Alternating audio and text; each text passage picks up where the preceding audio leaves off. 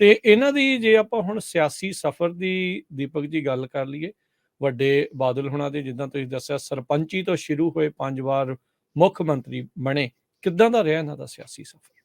ਬਿਲਕੁਲ ਜੀ, ਇਹ ਗੱਲ ਤੁਹਾਡੀ ਦਰੁਸਤ ਹੈ ਕਿ ਸਿਆਸੀ ਸਫ਼ਰ ਬਹੁਤ ਵੱਡਾ ਰਿਹਾ। ਮੇਰੇ ਅੱਜ ਵੀ ਉਹ ਗੱਲ ਜ਼ਿਹਨ 'ਚ ਹੈ ਕਿ ਇੱਕ ਸੁਪਨਾ ਜਾਂ ਇੱਕ ਆਸ ਲੈ ਕੇ ਪ੍ਰਕਾਸ਼ ਸਿੰਘ ਬਾਦਲ ਇਸ ਦੁਨੀਆ ਤੋਂ ਚਲੇ ਗਏ। ਉਹਨਾਂ ਦੀ ਇੱਕ ਆਸ ਸ਼ਾਇਦ ਪੂਰੀ ਨਹੀਂ ਹੋਈ। ਯੁਵਰਾਜ ਸਿੰਘ ਨੇ 6 ਛੱਕੇ ਲਾਏ ਤੇ ਉਹ ਤੋਂ ਬਾਅਦ ਚੰਡੀਗੜ੍ਹ 'ਚ ਇੱਕ ਸਮਾਗਮ 'ਚ ਉਹਦਾ ਸਮਾਗਮ ਰੱਖਿਆ ਗਿਆ ਕਿ ਉਹਨੂੰ ਸਨਮਾਨਿਤ ਕਰਨਾ ਹੈ ਕਿ ਉਹਨੇ ਇੱਕ ਓਵਰ 'ਚ 6 ਛੱਕੇ ਮਾਰੇ ਤੇ ਉਹ ਸਨਮਾਨਿਤ ਕਰਨ ਲਈ ਪ੍ਰਕਾਸ਼ ਸਿੰਘ ਬਾਦਲ ਨੂੰ ਬੁਲਾਇਆ ਗਿਆ ਤੇ ਪ੍ਰਕਾਸ਼ ਸਿੰਘ ਬਾਦਲ ਨੇ ਯੁਵਰਾਜ ਸਿੰਘ ਨੂੰ ਸਨਮਾਨਿਤ ਕਰਦਿਆਂ ਕਿਹਾ, ਕਹਿੰਦੇ ਕਾਕਾ ਚੰਗੀ ਗੱਲ ਹੈ ਕਿ ਤੂੰ ਇੱਕ ਓਵਰ 'ਚ 6 ਬਾਲਾਂ ਤੇ 6 ਛੱਕੇ ਲਾਤੇ, 5 ਤਾਂ ਮੈਂ ਵੀ ਲਾਤੇ, ਮੇਰਾ ਵੀ ਇੱਕੋ ਰਹਿੰਦਾ। ਇਹਦਾ ਮਤਲਬ ਇੱਕ ਵਾਰ ਹੋਰ ਅਜੇ ਮੁੱਖ ਮੰਤਰੀ ਬਣਨ ਦੀ ਇੱਛਾ ਰੱਖਦੇ ਸੀ। ਰਾਜਨੀਤਿਕ ਸਫ਼ਰ ਬੜਾ ਸੰਘਰਸ਼ਮਈ ਵੀ ਰਿਹਾ, ਬੜਾ ਔਖਾ ਵੀ ਰਿਹਾ ਔਰ ਵੱਡੀਆਂ ਪ੍ਰਾਪਤੀਆਂ ਵਾਲਾ ਵੀ ਰਿਹਾ। ਇਹਦੇ ਵਿੱਚ ਤੁਸੀਂ ਇਹ ਦੇਖੋ ਕਿ 1947 ਦੇ ਵਿੱਚ ਸਰਪੰਚੀ ਤੋਂ ਸਫ਼ਰ ਸ਼ੁਰੂ ਹੁੰਦਾ। ਉਹ 1947 ਦਾ ਦੌਰ ਜਦੋਂ ਕਿਸ ਦੌਰ ਚੋਂ ਪੰਜਾਬ ਲੰਘਿਆ ਸੀ, ਅਸੀਂ ਵੱਢ ਟੁੱਕ ਦੇ ਦੌਰ ਚੋਂ ਆਪਣਿਆਂ ਨੂੰ ਗਵਾ ਕੇ, ਆਪਣਿਆਂ ਨੂੰ ਰੋਲ ਕੇ, ਆਪਣਿਆਂ ਦੀਆਂ ਮਿੱਟੀਆਂ ਫਰੋਲ ਕੇ, ਆਪਣੀਆਂ ਜ਼ਮੀਨਾਂ ਤੇ ਕਬਜ਼ੇ ਕਰਕੇ ਇੱਧਰੋਂ ਉੱਧਰੋਂ ਇੱਧਰ ਅਸੀਂ ਕਿੰਨਾ ਕੁਛ ਆਪਣਾ ਵੰਡ ਟੁੱਕ ਕਰ ਲਿਆ ਸੀ। ਉਹਦੇ ਵਿੱਚ ਵੀ ਪ੍ਰਕਾਸ਼ ਸਿੰਘ ਬਾਦਲ 1947 'ਚ ਸਰਪੰਚੀ ਤੋਂ ਆਪਣਾ ਸਫ਼ਰ ਸ਼ੁਰੂ ਕਰਦੇ ਤੇ ਉਹ ਤੋਂ ਬਾਅਦ 1970 'ਚ ਪਹਿਲੀ ਵਾਰ ਉਹ 43 ਸਾਲ ਦੀ ਉਮਰ ਦੇ ਵਿੱਚ ਹੀ ਪੰਜਾਬ ਦੇ ਪਹਿਲੇ ਮੁੱਖ ਮੰਤਰੀ ਬਣ ਜਾਂਦੇ। 43 ਸਾਲ ਦੀ ਉਮਰ ਦੇ ਵਿੱਚ ਇਹ ਵੱਡਾ ਹੋਇਆ ਕਿ ਹਾਂ ਉਹਨਾਂ ਨੂੰ ਸ਼ੁਰੂਆਤੀ ਦੌਰ ਦੇ ਵਿੱਚ, ਬੇਸ਼ੱਕ ਉਹ ਤੋਂ ਪਹਿਲਾਂ ਉਹ MLA ਬਣ ਗਏ ਸੀਗੇ। ਸੋ ਇਸ ਲਈ ਇਹ MLA ਤੋਂ ਬਾਅਦ ਫਿਰ 1977 ਦੇ ਵਿੱਚ ਕੇਂਦਰ ਸਰਕਾਰ ਦੇ ਵਿੱਚੋਂ ਮੰਤਰੀ ਹੁੰਦੇ ਨੇ, ਉੱਥੋਂ ਅਸਤੀਫਾ ਦੇ ਕੇ ਆ ਜਾਂਦੇ ਨੇ ਤੇ ਆ ਕੇ ਕਹਿੰਦੇ ਪੰਜਾਬ ਦੀ ਰਾਜਨੀਤੀ ਕਰਨੀ ਆ। ਤੇ 1977 ਤੋਂ ਬਾਅਦ ਫਿਰ 1980 'ਚ ਦੂਜੀ ਵਾਰ ਪੰਜਾਬ ਦੇ ਮੁੱਖ ਮੰਤਰੀ ਬਣਦੇ ਨੇ ਉਹ।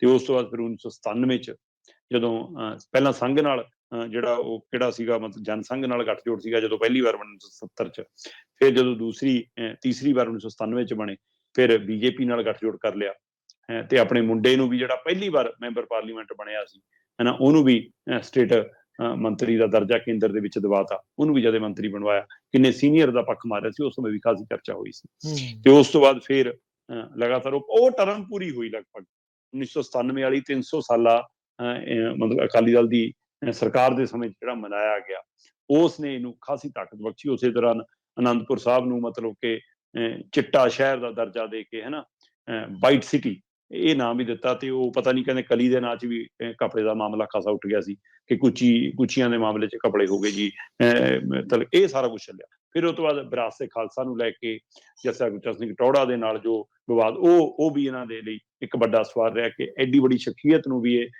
ਰਾਜਨੀਤੀ ਨੇ ਇਹਨਾਂ ਤੋਂ ਵੱਖ ਕਰਾਤਾ ਸੀਗਾ। ਸੋ ਫਿਰ ਉਹ ਤੋਂ ਬਾਅਦ 2007 ਦੇ ਵਿੱਚ 67 ਸੀਟਾਂ ਲੈ ਕੇ ਦੁਬਾਰਾ ਬਣੇ ਤੇ ਪਰ ਉਸ ਵਾਰ ਇਹਨੂੰ ਲੱਗਦਾ ਸੀ ਕਿ ਨਹੀਂ, ਹੁਣ ਅਗਲੀ ਵਾਰ ਸਾਡੀ ਵਾਰੀ ਨਹੀਂ ਆਉਣੀ। ਸਮਾਨ ਸਮੇਟ ਕੇ ਚੰਡੀਗੜ੍ਹੋਂ ਘਰੇ ਚਲੇ ਗਏ ਸੀ ਤੇ ਪਰ ਮਨਪ੍ਰੀਤ ਬਾਦਲ ਦਾ ਸਦਕਾ ਕਿ ਜਿਹਨੇ ਇਹਨਾਂ ਤੋਂ ਅੱਡ ਹੋ ਕੇ ਮਤਲਬ ਚੋਣ ਲੜੀ ਤੇ ਉਹਦਾ ਨਤੀਜਾ ਕਿ ਕਾਂਗਰਸ ਆਉਂਦੀ ਰਹਿ ਗਈ ਤੇ ਬਾਦਲ ਜਾਂਦੇ ਆ ਗਏ। ਤੇ 2012 'ਚ ਫਿਰ ਦੁਬਾਰਾ 5ਵੀਂ ਵਾਰ ਪ੍ਰਕਾਸ਼ ਸਿੰਘ ਬਾਦਲ ਪੰਜਾਬ ਦੇ ਮੁੱਖ ਮੰਤਰੀ ਬਣੇ। ਸੋ 5 ਵਾਰ ਮੁੱਖ ਮੰਤਰੀ ਜੀ, 11 ਵਾਰ MLA ਹੈ ਨਾ। ਇਸ ਲਈ ਰੌਲਾ ਪੈਂਦਾ ਸੀ ਕਿ ਇੰਨੀਆਂ ਪੈਨਸ਼ਨਾਂ ਲੈਂਦੇ ਨੇ, ਇੰਨੀਆਂ ਤਨਖਾਹਾਂ ਲੈਂਦੇ ਨੇ ਜੀ, ਇਹ ਮੁੱਦਾ ਖਾਸਾ ਸੀ। ਕੇਂਦਰ ਦੇ ਵਿੱਚ ਵੀ ਮੰਤਰੀ, ਸੋ ਰਾਸ਼ਟਰਪਤੀ ਵੰਡ ਤੱਕ ਦੀਆਂ ਚਰਚਾਵਾਂ ਚੱਲੀਆਂ, ਚੌਟਾਲੇ ਪਰਿਵਾਰ ਨਾਲ ਵਫਾ ਨਿਭਾਉਣ ਦੀਆਂ ਚਰਚਾਵਾਂ ਚੱਲੀਆਂ, ਮੋਦੀ ਨਾਲ ਨੇੜਤਾ ਦੀਆਂ ਚਰਚਾਵਾਂ ਖੂਬ ਰਹੀਆਂ, ਕਹਿੰਦੇ ਵਾਜਪਾਈ ਦੀ ਸਰਕਾਰ ਲਿਆਉਣ 'ਚ ਖੂਬ ਚਰਚਾਵਾਂ ਰਹੀਆਂ। ਸੋ ਰਾਜਨੀਤਿਕ ਸਫ਼ਰ ਖਾਸਾ ਲੰਬਾ ਵੀ ਹੈ, ਪੈਂਡਾ ਖਾਸਾ ਬੜਾ ਵੀ ਹੈ ਤੇ ਉਹਦੇ ਵਿੱਚ ਪ੍ਰਾਪਤੀਆਂ ਦਾ ਕਹਿਣ ਨੂੰ ਖਾਸਾ ਕੁਛ ਹੈ। ਪਰ ਉਹ ਰਾਜਨੀਤਿਕ ਪ੍ਰਾਪਤੀਆਂ ਨਿੱਜ ਤੱਕ ਜ਼ਿਆਦਾ ਲੱਗਦੀਆਂ। ਪੰਜਾਬ ਦੇ ਲਈ ਕੁਛ ਮੈਨੂੰ ਯਾਦ ਕਰਨ ਵਾਲਾ ਏਡਾ ਬੜਾ ਨਹੀਂ ਹੈਗਾ ਜਿਹੜਾ ਮੈਂ ਯਾਦ ਕਰ ਸਕਾਂ ਕਿ ਹਾਂ ਪਾਰਟੀ ਪੱਧਰ ਤੇ ਹੋਏ ਫੈਸਲੇ, ਸਰਕਾਰੀ ਪੱਧਰ ਤੇ ਹੋਏ ਫੈਸਲੇ, ਉਹ ਸਮੇਂ ਦੀਆਂ ਸਰਕਾਰਾਂ ਜਿਹੋ ਜਿਹਾ ਕੁਛ ਹੁੰਦੇ ਨੇ ਉਹੋ ਜਿਹੇ ਹੁੰਦੇ ਨੇ। ਪਰ ਇਹੋ ਜਿਹਾ ਕੋਈ ਮਾਰਕਾ ਜਿਹੜਾ ਦੁਨੀਆ ਭਰ 'ਚ ਕਦੇ ਯਾਦ ਕੀਤਾ ਜਾਵੇ ਕਿ ਹਾਂ ਇਹ ਕੁਛ ਕੀਤਾ ਸੀ, ਸ਼ਾਇਦ ਅਜਿਹਾ ਕੁਛ ਅਜੇ ਨਹੀਂ ਲਿਖ ਸਕੇ। ਪਰ ਜਾਂਦੇ ਜਿਹੜੀ ਨਮੋਸ਼ੀ ਖੱਟੀ, ਜਿਹੜੀ ਹਾਰ ਚੱਲੀ, ਜਿਹੜੀ ਬਦਨਾਮੀ ਚੱਲੀ, ਜਿਹੜੇ ਉਹ ਬੇਅਦਬੀ ਔਰ ਗੋਲੀਕਾਂਡ ਦੇ ਦੋਸ਼ਾਂ 'ਚ ਇਹਨਾਂ ਦੀ ਸਰਕਾਰ ਸਵਾਲਾਂ ਦੇ ਘੇਰੇ 'ਚ ਆਈ, ਉਹ ਤੋਂ ਕਦੇ ਵੀ ਹੁਣ ਇਹ ਮਨਫੀ ਹੋਣਾ ਔਖਾ ਹੈ। ਪਰ ਕਹਿੰਦੇ ਨੇ ਕਿ ਜਦੋਂ ਬੰਦਾ ਇਸ ਦੁਨੀਆ ਤੋਂ ਚਲਾ ਜਾਂਦਾ ਹੈ ਫਿਰ ਉਹ ਸਾਰਾ ਕੁਛ ਉਹ ਪੰਨੇ ਬੰਦ ਕਰ ਲੈਣੇ ਚਾਹੀਦੇ ਨੇ, ਉਹ ਕਿਤਾਬ ਨਹੀਂ ਫਰੋਲਣੀ ਚਾਹੀਦੀ। ਸੋ ਇਸ ਲਈ ਹੁਣ ਵਾਹਿਗੁਰੂ ਅੱਗੇ ਇਹੀ ਅਰਦਾਸ ਹੈ ਜੀ ਕਿ ਜਿਹੜੀ ਇਹ ਰੂਹ ਇਸ ਧਰਤੀ ਤੋਂ ਗਈ ਹੈ, ਇਸ ਨੂੰ ਆਪਣੇ ਚਰਨੀ ਲਾਵੇ ਤੇ ਪਰਿਵਾਰ ਨੂੰ ਭਾਣਾ ਮੰਨਣ ਦਾ ਬਲ ਬਖਸ਼ੇ। ਜੀ ਜੀ, ਇੱਕ ਡਾਇਲੋਗ ਨਾ ਇਹਨਾਂ ਦਾ ਬੜਾ ਮਸ਼ਹੂਰ ਸੀ, ਛੱਡੋ ਕਾਕਾ ਜੀ ਪੁਰਾਣੀਆਂ ਗੱਲਾਂ।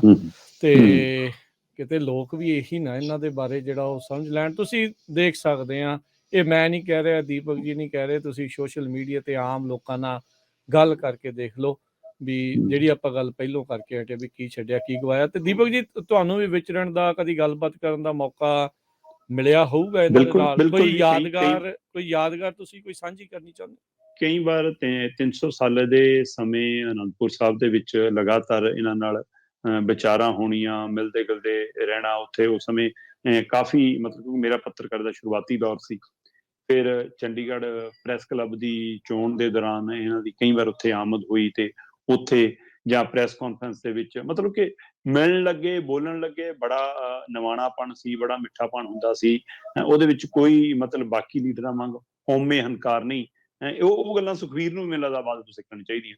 ਮਤਲਬ ਅਫਸਰਾਂ ਤੋਂ ਕਿਵੇਂ ਕੰਮ ਲੈ ਲੈਣਾ, ਬੰਦਿਆਂ ਨਾਲ ਕਿਵੇਂ ਵਿਚਰ ਲੈਣਾ, ਗੱਲ ਨੂੰ ਟਾਲ ਕਿਵੇਂ ਜਾਣਾ, ਉਹ ਮਹਾਰਤ ਜਿਹੜੀ ਪ੍ਰਕਾਸ਼ ਸਿੰਘ ਬਾਦਲ ਕੋਲ ਸੀ, ਉਹ ਮੈਨੂੰ ਲੱਗਦਾ ਅੱਜ ਦੇ ਰਾਜਨੀਤਿਕ ਲੀਡਰਾਂ ਕੋਲ ਅਜੇ ਨਹੀਂ ਹੈਗੀ। ਸੋ ਇਸ ਲਈ ਕਾਫੀ ਮਤਲਬ ਕਿ ਉਹ ਜਿਹੜਾ ਪੱਤਰਕਾਰੀ ਦੇ ਸਫ਼ਰ ਦੇ ਦੌਰਾਨ ਆਮੋ ਸਾਹਮਣਾ ਕਾਫੀ ਵਾਰ ਹੋਇਆ ਜੀ। ਬਿਲਕੁਲ। ਜੀ ਜੀ ਜੀ, ਬਿਲਕੁਲ। ਮੈਨੂੰ ਲੱਗਦਾ ਇੱਕ ਇੱਛਾ ਇਹਨਾਂ ਦੀ ਆਪਣੇ ਮੁੰਡੇ ਨੂੰ ਮੁੱਖ ਮੰਤਰੀ ਦੇਖਦੇ ਆ ਦੀ, ਉਹ ਵੀ ਸ਼ਾਇਦ ਇਹਨਾਂ ਦੀ ਬਿਲਕੁਲ ਕਹਿ ਸਕਦੇ। ਮੈਨੂੰ ਲੱਗਦਾ ਉਹ ਪ੍ਰਕਾਸ਼ ਸਿੰਘ ਬਾਦਲ ਨਾਲੋਂ ਪ੍ਰਕਾਸ਼ ਸਿੰਘ ਬਾਦਲ ਦੀ ਧਰਮ ਪਤਨੀ ਦੀ ਜਾਂ ਸੁਖਬੀਰ ਬਾਦਲ ਦੀ ਮਾਤਾ ਦੀ ਇੱਛਾ ਉਹ ਜ਼ਿਆਦਾ ਸੀ ਇਹਨਾਂ ਨਾਲੋਂ ਜ਼ਿਆਦਾ। ਸੋ ਇਸ ਲਈ, ਕਿਉਂਕਿ ਜੇਕਰ ਇਹ ਇੱਛਾ ਇਹਨਾਂ ਦੀ ਪ੍ਰਬਲ ਹੁੰਦੀ ਤਾਂ ਇੱਕ ਵਾਰ ਬਣਵਾ ਸਕਦੇ ਸੀ, ਕੋਈ ਸ਼ੱਕ ਨਹੀਂ। ਚਾਹੇ 2012 ਚ ਤਾਂ ਬਿਲਕੁਲ ਮੌਕਾ ਦੇ ਸਕਦੇ ਸੀ ਜੀ।